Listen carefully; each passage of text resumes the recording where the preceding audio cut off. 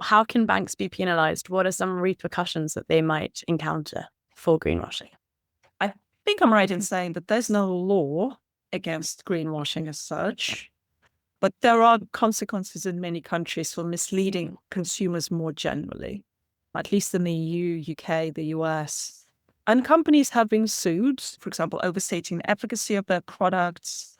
Delta Airlines, for example, was recently sued in California for making misleading carbon neutrality claims. And increasingly, there's also regulation that requires banks to disclose some data in accordance with a taxonomy, so standardized disclosures that allow us to identify some loopholes. So, as I said, I don't think there's greenwashing law as such, but there are other ways to hold banks accountable if they mislead consumers. So I think in the future, the trajectory is for more disclosure. And I think in the future, depending on which jurisdiction you're in, there'll be a day where banks will have to disclose their exposure to the fossil fuel sector. And that will hopefully help all of us, consumers and activists and advocates, to get a fuller picture. And so there will be more instances to hold banks accountable and fight these instances of greenwashing.